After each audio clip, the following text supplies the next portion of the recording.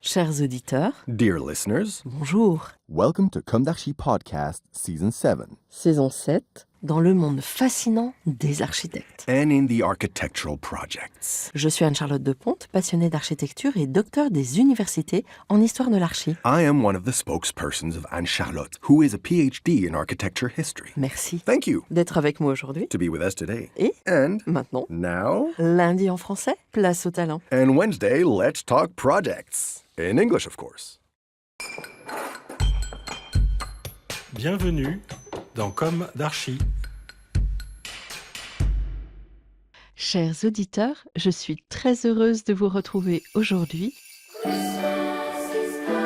pour ce rendez-vous qui me tient désormais et particulièrement à cœur. Le Comme d'Archi qui accompagne la semaine de Noël avec toute sa symbolique, autour du mystère de la vie et de sa dimension nourricière, vue par les architectes. Et cette fois-ci, dans l'architecture domestique de l'Antiquité tardive en Occident. Je ne rentrerai pas dans la dimension religieuse cette année, à chacun sa sensibilité.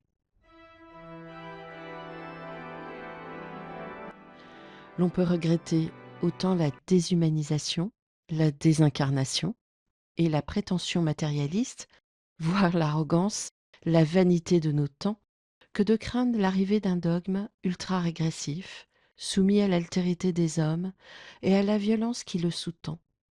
D'ailleurs, les femmes y auraient tant à perdre. Justement, tentons de conjurer cette violence tous azimuts, un instant, par un retour au rite, autour de la table. Du côté des architectes et au sein de l'architecture. D'ailleurs, je remercie chaleureusement ceux qui se sont prêtés à l'exercice et pour nous avoir offert leur témoignage. Voici une mise en bouche avec témoignage inédit. Laurent Pinon, qui œuvre fort intelligemment à la transition des territoires, à retrouver dans le numéro saison 7, #3, raconte ici. Oui, là, on est dans l'héritage culturel. Déjà, être autour d'un feu de cheminée et puis partager ce repas en famille nécessairement autour d'un plat de fruits de mer. Je pense que c'est le grand cliché. Un classique repas de famille ancré dans les traditions. Alors, c'est peut-être très particulier pour cette année, mais ce projet de Miquelon voit la première maison des ménages se construire. Et je pense que j'aimerais bien être une petite souris et me glisser dans le salon de cette première maison qui regardera le village et voir comment se passe Noël, justement. Je pense que ce sera un beau moment de fête là-bas.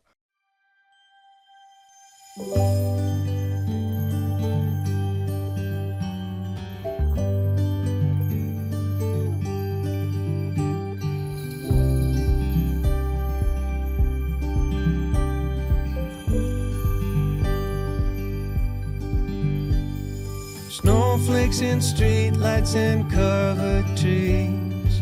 Kids like this stuff when it's up to their knees.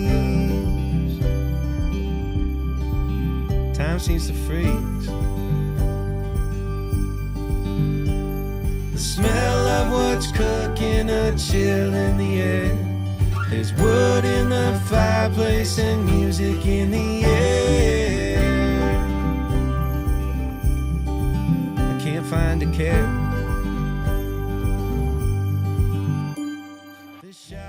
Bonjour Toby, Vite, merci d'être avec nous aujourd'hui. Puis-je vous demander, est-ce que vous célébrez Noël? Si c'est le cas, y a-t-il des traditions culinaires ou des plats festifs qui ont une importance particulière pour vous pendant cette période? Oui, on fête les fêtes de fin d'année.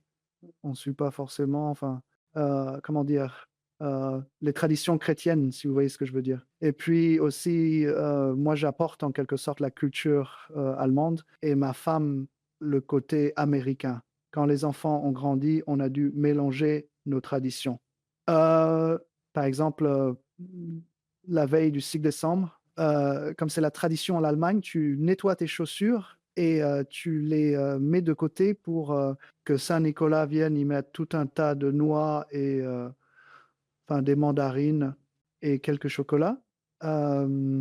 Mais donc, quand j'étais enfant, on faisait cuire une noix au four et je me souviens d'être allé à la ferme, d'avoir acheté l'oie et de l'avoir ramené à la maison et à un moment donné, mon père a insisté pour en prendre une qui était encore entière parce qu'il voulait enlever les plumes et tout le reste. Alors, c'était toujours un grand événement pour nous maintenant. Ce qui s'est instauré chez nous, c'est que notre fille du milieu, a toujours été, la grande cuisinière de la famille. Elle est partie à la fac maintenant. Mais, depuis environ 10 ans, on préparait, des raviolis maison, entièrement à la main. Hem, enfin, c'était une activité qui prenait toute la journée, rien que pour préparer la pâte, l'étaler et la garnir et puis, préparer une sauce et tout faire cuire. Donc c'était vraiment le genre de plat qui te prend toute la journée à préparer, même si c'est, tu sais, assez simple en soi. C'était toujours un grand moment et je pense que c'est probablement ce que la nourriture signifie pour nous, ce moment de rassemblement, heu et préparer le repas, puis, savourer le repas et passer du temps ensemble, et bien sûr, tu sais, la nourriture, elle a cette capacité de puiser dans tes souvenirs et partager des histoires et donc ouais, c'est peut être ce qu'on fait. D'accord. Merci beaucoup, Toby.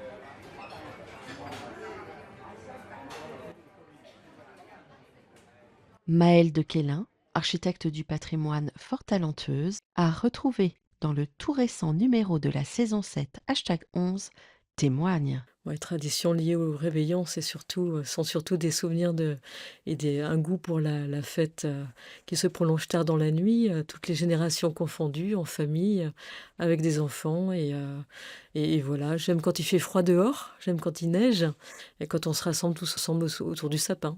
J'aime bien. Ah, la table, il faut que ça dure longtemps, c'est ça qu'on aime bien. Alors les huîtres, le saumon, le foie gras, j'aime pas trop, mais il y a toujours des gens qui aiment. Je suis assez classique en fait, la dinde au marron et voilà, tout ce qui vient un petit peu d'ailleurs et qui change de d'habitude.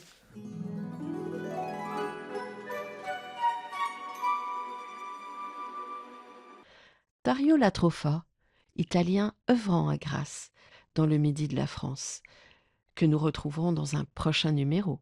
Je pense que j'ai plutôt envie, comme tout le période de Noël, de retrouver la famille. Que c'est quelque chose à laquelle j'ai renoncé depuis des années. J'ai quitté chez moi, j'avais 18 ans. Et je suis très heureux de mon chemin. Mais effectivement, j'ai dû renoncer à la chaleur de ma famille. Et petite, je la vois quand même évoluer. Et ça, c'est quelque chose de très intime. Donc, effectivement, quand je rentre, je suis plein d'enthousiasme, mais en même temps, il y a beaucoup d'émotions un peu paradoxales. Envie, mais pas envie. C'est en grande tension chaque fois. Et ça, je le vis tous les années. Depuis, je sais pas, 25 ans. Je n'ai pas fait le compte de combien d'années je manque de chez moi. Mais c'est quand même incroyable que chaque année, je vis toujours le même conflit d'émotions. Et la table, c'est la clé pour pouvoir effectivement retrouver tout ça. J'intègre à ce numéro la voix de Fabienne Bull, balancier oblige, que vous avez entendue l'an dernier. Pourquoi ? Parce qu'elle vient de recevoir le prix de la femme architecte dans la catégorie pionnière. Toutes nos félicitations, Fabienne. Bon, vous méritez largement le prix suprême au regard de votre carrière. À bon entendeur, c'est en reconnaissant le talent des aînés que la jeunesse peut s'ancrer, avec ou contre, d'ailleurs. Non ? Et quelle contradiction que celle de croire que réhabiliter puisse s'enraciner dans une tabula rasa. Enfin. Retrouvez l'interview exhaustive de Fabienne Bull dans le numéro 15 de la saison 6. Écoutons Fabienne Bull, si talentueuse architecte.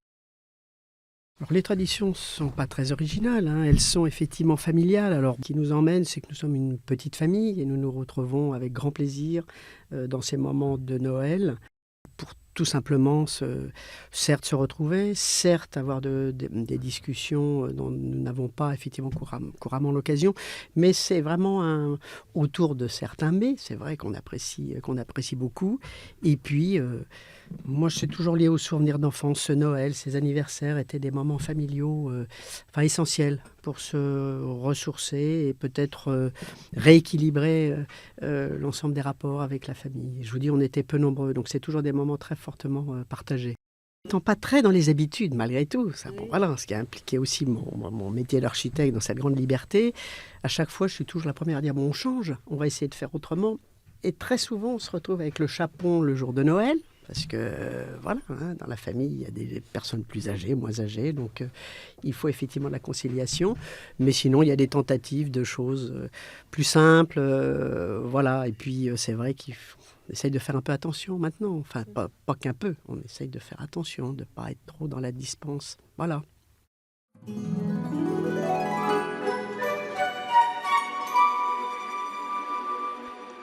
En deuxième partie du présent podcast, je vous partage cette focale sur les lieux du banquet de l'Antiquité tardive en Occident. Un sujet neutre, méconnu et factuel, pour tenter d'apaiser. Connaissez-vous l'appellation de ces lieux ? Nous allons le découvrir au fil de cette histoire basée sur la recherche d'Éric Morvillier, qui a soutenu sa thèse de doctorat en 1993, une thèse intitulée Forme et évolution des salles de réception des grandes demeures tardives du bassin méditerranéen occidental, 4e-6e siècle, à l'Université de Paris IV sous la direction de M. Noël Duval. Entrer dans une grande demeure de la fin de l'Antiquité, ce n'est jamais un geste anodin. On ne pénètre pas directement dans les espaces les plus importants. On avance, on traverse, on est guidé. Et soudain, l'on débouche dans une salle dont tout indique qu'elle n'est pas faite pour le quotidien. Les proportions changent, le sol attire le regard.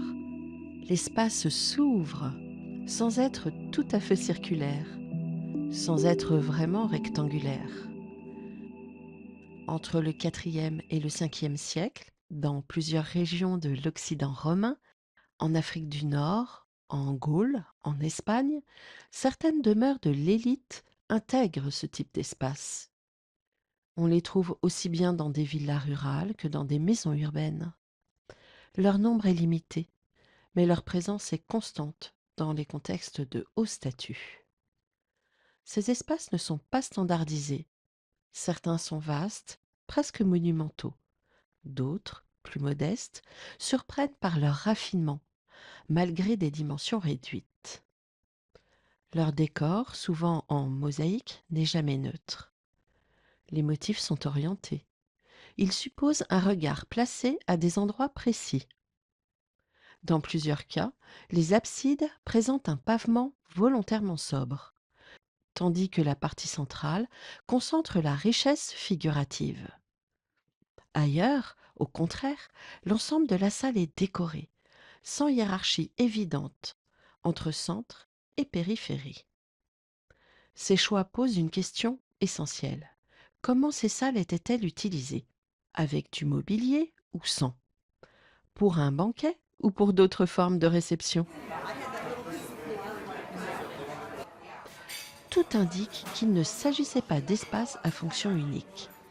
Leur architecture autorise plusieurs usages, parfois successifs, parfois alternés.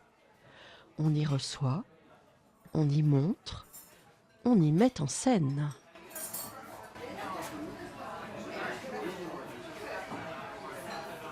Ces salles portent un nom. On les appelle les triconques.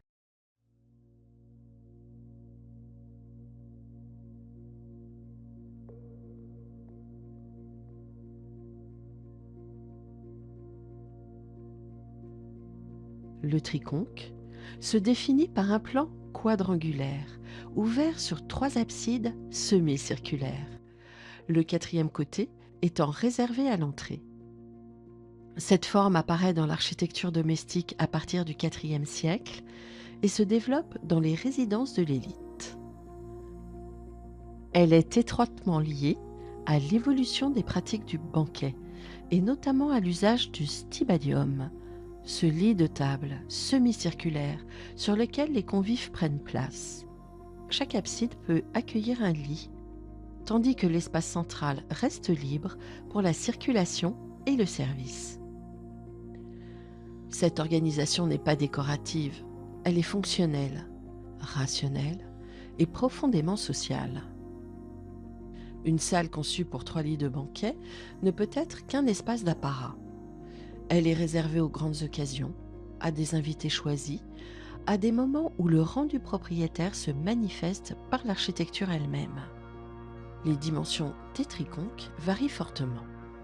Certaines salles couvrent moins de 50 mètres carrés, d'autres atteignent des superficies exceptionnelles, comme à Piazza Armerina, située en Sicile orientale. Mais dans tous les cas, les proportions sont cohérentes avec le statut de la demeure et avec les autres espaces de réception qui l'entourent. Les triconques ne sont jamais isolés. Ils s'inscrivent dans des ensembles complexes, associés à des péristyles, à des thermes privés, à d'autres salles de représentation. Ils participent à une véritable mise en scène résidentielle. Il faut pourtant rester prudent. Les données archéologiques sont inégales. Les fouilles anciennes, les transformations successives et l'absence d'informations sur les propriétaires compliquent l'interprétation. Rien n'empêchait par exemple de retirer les lits pour transformer ponctuellement la salle en salon ou en espace de réception différent. Ce que révèlent néanmoins les triconques, avec constance, c'est cette même ambition. Celle d'une architecture conçue pour recevoir, pour montrer, pour affirmer une position sociale. Dans ces salles, la forme n'est jamais gratuite. Elle est le langage même du pouvoir domestique à la fin de l'Antiquité. Un sujet qu'il m'a semblé judicieux de vous soumettre, car il est hors de notre temps. Ou peut-être un peu trop. J'espère qu'il sera pris factuellement et qu'il apaisera, qu'il intéressera surtout. Au cœur de nos propres domesticités du XXIe siècle en Occident, plus modestes pour la majorité d'entre nous, je vous souhaite de jolies tables, dressées dans la durabilité bien sûr. Pour ma part, ce sera particulièrement sobre, tout au plus quelques huîtres à la bougie qui éclairait déjà ma grande table de l'an passé. Mais chaque année sa propre lumière, sa propre chaleur.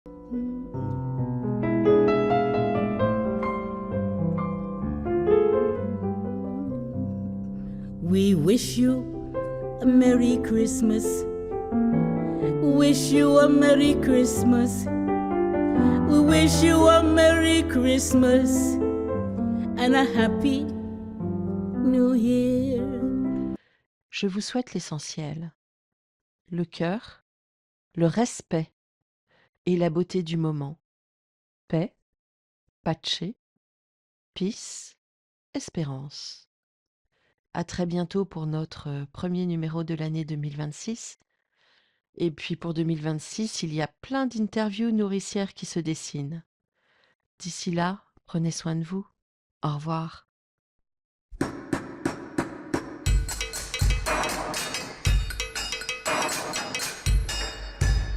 Chers auditeurs, merci pour votre écoute. N'oubliez pas de retrouver nos sujets en avant-première sur Instagram à l'adresse @comdarchipodcast. Si vous aimez ce podcast, favorisez sa diffusion en lui donnant 5 étoiles sur Apple Podcast, plus un petit commentaire, ou sur votre plateforme de podcast favorite. Et surtout, abonnez-vous pour écouter tous nos épisodes gratuitement. À bientôt, et d'ici là, prenez soin de vous.